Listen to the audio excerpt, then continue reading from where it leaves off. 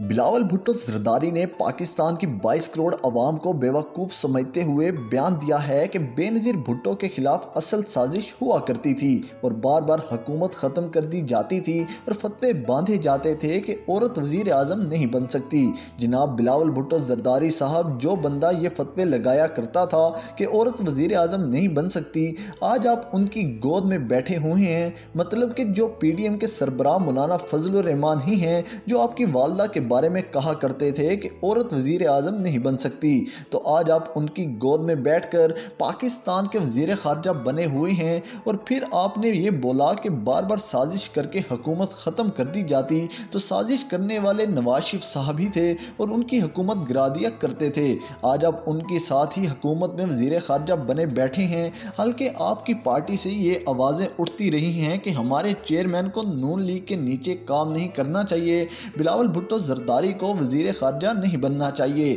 لیکن آپ کو تو اپنی سی وی لے کر امریکہ، جرمنی، لندن میں گھومنا تھا تاکہ آصف علی زرداری یہ ڈیل کر سکیں کہ اگلا وزیر اعظم بلاول بھٹو زرداری کو بنایا جائے۔ تب آپ نے ذرا احساس نہیں کیا کہ جو لوگ میری ماں کے بارے فتوے دیتے رہے میں ان کے ساتھ حکومت بنانے جا رہا ہوں، وہ لوگ جو بے نظیر بھٹو شہید کی جعلی برہنہ تصویریں ہیلی کاپٹر سے پھینکتے رہے، وہ نواز شریف صاحب ہی تھے۔ وہ ثابت کرنا چاہتے تھے کہ آپ کی والدہ کا کردار ٹھیک نہیں ہے۔ آج آپ ان کے ساتھ بیٹھے ہیں حکومت میں، تو خدا کا واسطہ پاکستانی عوام کو بیوقوف سمجھنا بند کر دیں۔ ایک طرف بلاول بھٹو زرداری پاکستان پیپلز پارٹی کے چشم و چراغ بونگیاں مارنے سے باز نہیں آتے، تو دوسری طرف نون لیگ کی شہزادی مریم نواز کیسے پیچھے رہ سکتی ہیں؟ مریم نواز نے ایک ٹویٹ کیا جس کا عمران ریاض خان نے منہ توڑ جواب بھی دیا۔ عمران خان صاحب نے army chief general Asim Munir کو عہدہ سنبھالنے پر مبارکباد دی تھی اور ساتھ ہی قائد اعظم محمد علی جناح کا ایک فرمان بھی کوٹ کیا تھا جو انہوں نے 14 جون 1948 کو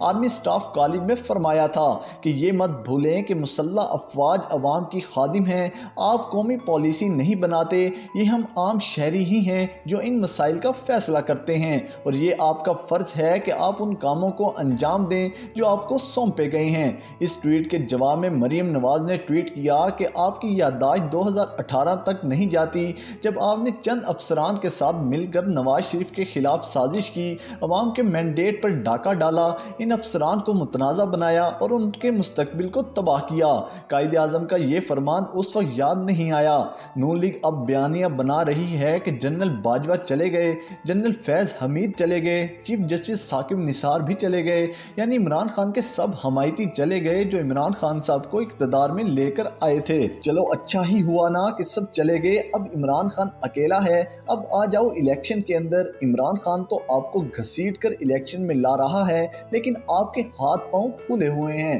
عمران ریاض خان نے اس ٹویٹ کا جواب دیا کہ عمران خان اور آپ کے موقف میں سے درست کون ہے اس کا فیصلہ عوام انتخابات میں کرے گی، ویسے بوٹ پالش کے مقابلے میں ورلڈ ریکارڈ آپ کے خاندان کے پاس ہے، بالکل فیصلہ عوام نے ہی کرنا ہے کہ مقبول کون ہے، میاں نواز شریف جو دوائی لینے گئے وہ مقبول ہیں یا عمران خان جسے 4 گولیاں لگی پھر بھی وہ 27 دن بعد عوام کے درمیان موجود تھا وہ مقبول ہے۔ فیصلہ تو پاکستانی عوام نے ہی کرنا ہے، نہ تو یہ آپ نے کرنا ہے جو کہ لندن بیٹھے ہیں، اور نہ ہی یہ قطری خطوں کے ذریعے ہونا ہے۔ تو کروائیں الیکشن اور کرنے دیں پاکستانی قوم کو فیصلہ۔ اب تو آپ دھاندلی اور سلیکٹڈ کا الزام بھی نہیں لگا سکتے کیونکہ حکومت آپ کی، چیف جسٹس بھی آپ کی مرضی کا، تو اب آئیں عوام کی عدالت میں۔